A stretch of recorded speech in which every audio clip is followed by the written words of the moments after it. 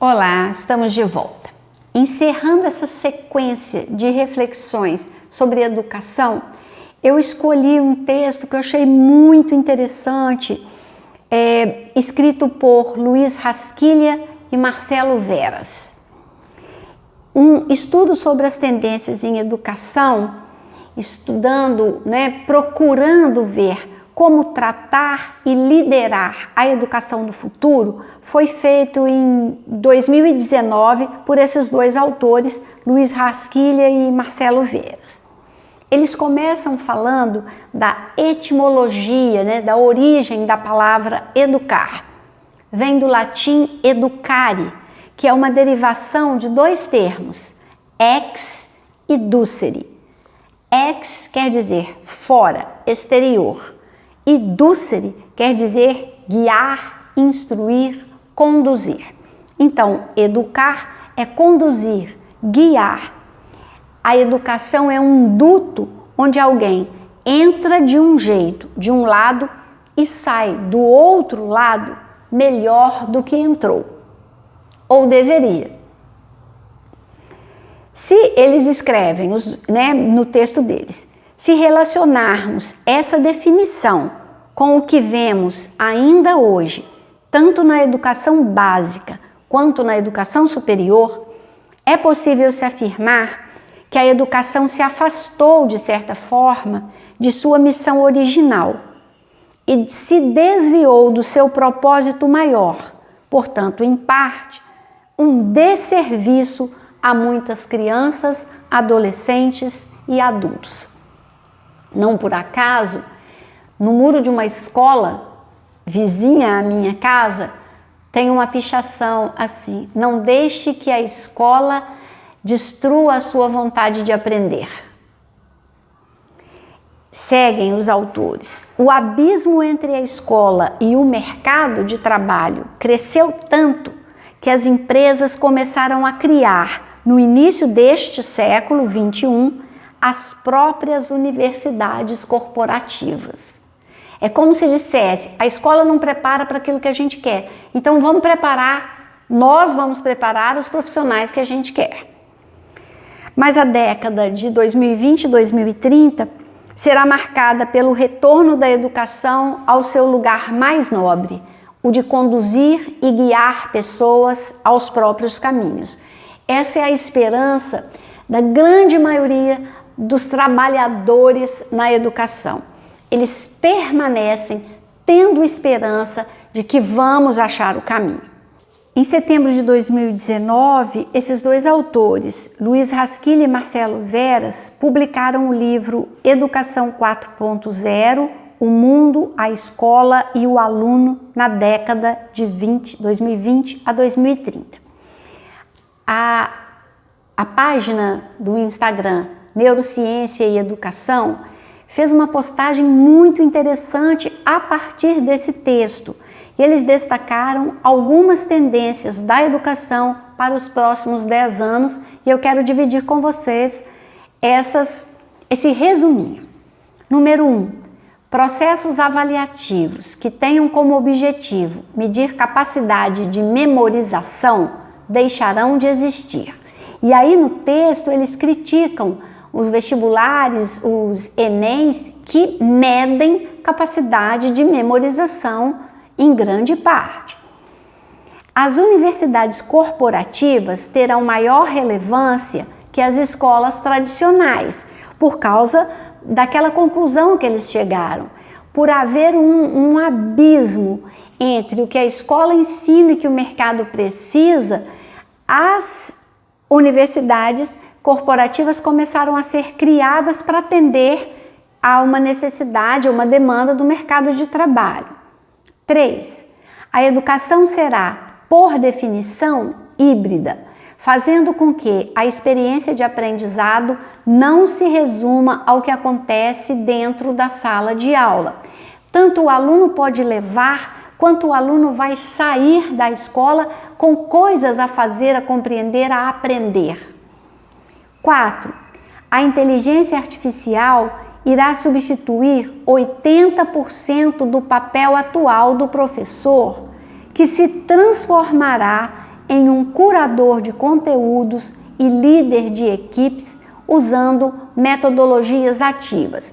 Vai deixar de existir o professor? Não. Vai existir um outro modelo de professor.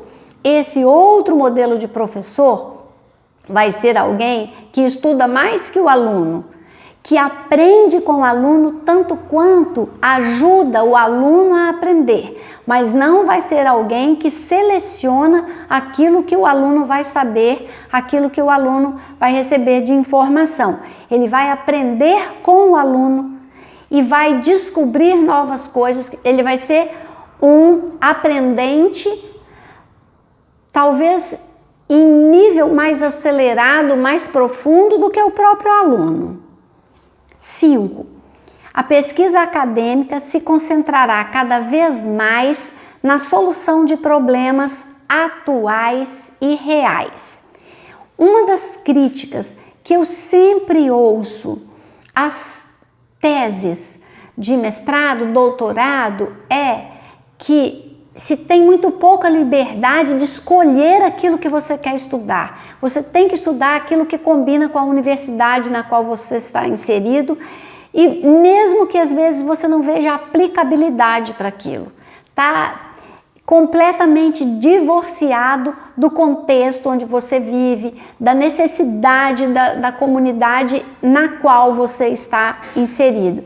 Então, essa notícia de que a pesquisa acadêmica se concentrará cada vez mais na solução de problemas atuais e reais é para se comemorar. 6.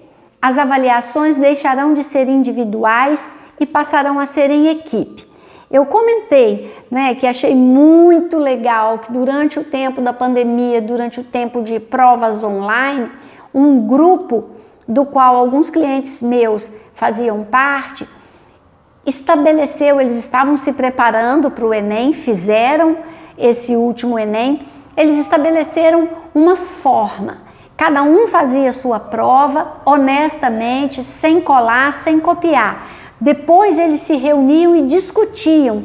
E quando aparecia uma dúvida, eles sanavam a dúvida, eles buscavam o professor, caso eles não conseguissem. Quer dizer, eles aprenderam muito mais fazendo assim a prova em equipe. 7. As certificações tradicionais perderão relevância. O mercado de trabalho irá selecionar e contratar profissionais por competências, independente de onde e como elas foram desenvolvidas. 8. As competências socioemocionais terão prioridade no mundo do trabalho sobre as competências técnicas. Então, se não interessa se você se formou numa grande universidade pública ou numa pequena faculdade, porque o que interessa é como você usa o seu conhecimento, as competências socioemocionais, quer dizer, a sua capacidade de se relacionar, a sua capacidade de se apresentar, vão contar tanto quanto o seu conhecimento. 9. Novas disciplinas serão incorporadas aos currículos, como futuro e tendências, criatividade, empatia e cooperação, entre outras. Vai se estudar ou vai se aprender como viver e trabalhar em equipe, em sociedade, como se relacionar, que é uma coisa que a gente se ressente hoje, A gente fala que os jovens não sabem, mas a gente também não está muito disponível para ensinar. 10.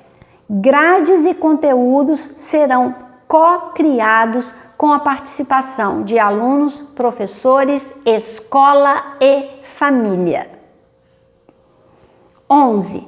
As nanodegrees, ou seja, as microcertificações, serão a resposta à necessidade de atualização permanente. O conceito lifelong learning, que é aprender ao longo da vida, fará parte da rotina diária das pessoas. Lembra que eu falei lá no professor, A inteligência artificial irá substituir 80% do papel atual do professor? É isso aqui, ó. Esse professor que não se dispuser ao lifelong learning, aprender ao longo da vida, não vai conseguir se manter nesse lugar de professor. 12. As jornadas educacionais serão personalizadas e direcionadas ao perfil e momento de vida de cada aluno. Isso fará com que, no limite, cada aluno tenha a própria trilha de formação. É aquela coisa de assim, para que eu estou aprendendo isso? O que eu vou fazer com isso? E para que eu estou aprendendo isso agora se eu ainda não fiz tal coisa que é muito mais importante para que eu chegue onde eu quero chegar?